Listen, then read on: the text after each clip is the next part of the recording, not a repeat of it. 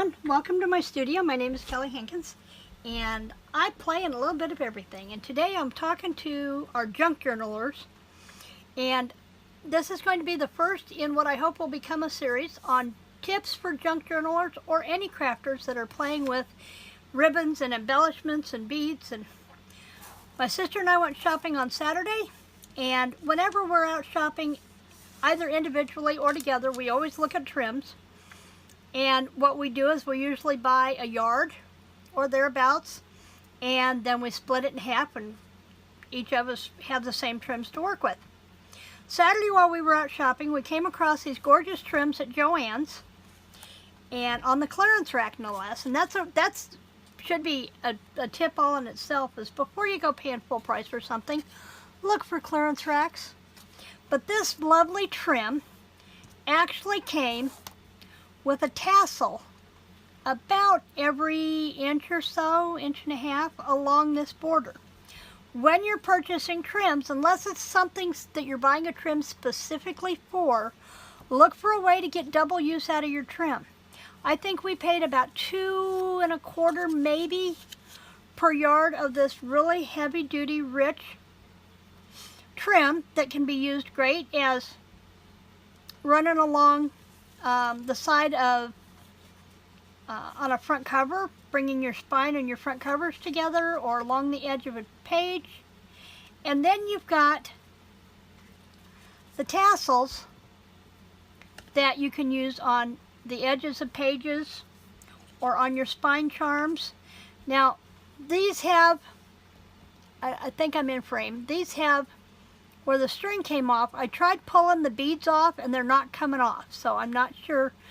I've got to play with that and figure out the best way to attach this. I may have to lose the beads entirely and then create a new stitch loop to put my jump ring on. But we found them in navy blue and in the white and in this nice, I don't know where my, oh there it is, kind of a sagey green. And this one is going to go beautifully in the album that I'm working on now.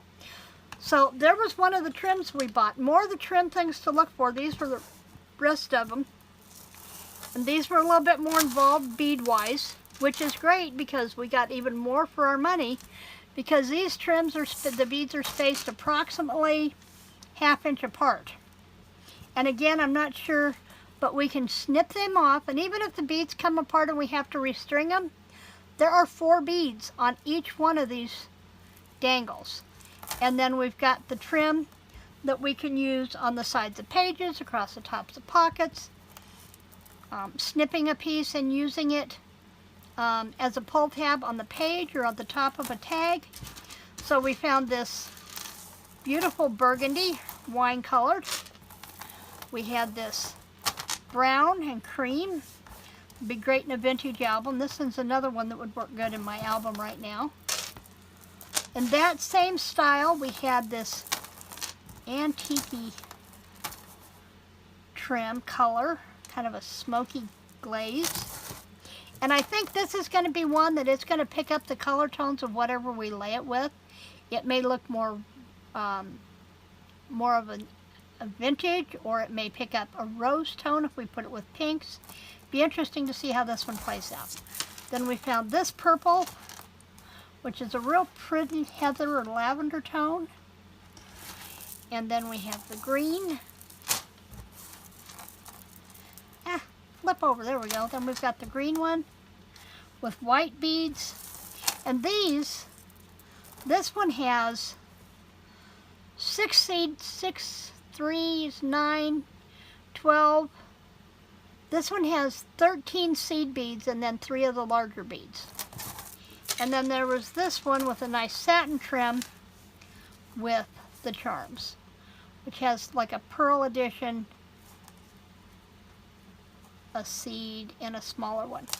So when you're out shopping for trims, get the most for your money by seeing how many different ways you can use that one piece of trim. You may only get ribbon and think that you can use it for lots of different ways, but look for the beads too, because y'all know if you buy beads for charms, you know what these beads run you. And we got lots to play with for our $2.25 or less per yard. And I've only got a half a yard here. She's got the other half. So when you stop and think of how many beads are on that 18 inches of ribbon, there's a lot to play with there. So thanks for stopping in my studio today. If you'd like to see more of these tips, please hit the like button. I'd appreciate it if you'd subscribe and make constant visits to my studio. And if you click the little bell, you'll get notifications of when all my tips, tricks, and goodies appear on this channel. Thanks for stopping into the studio today. Creative blessings, and have a great day.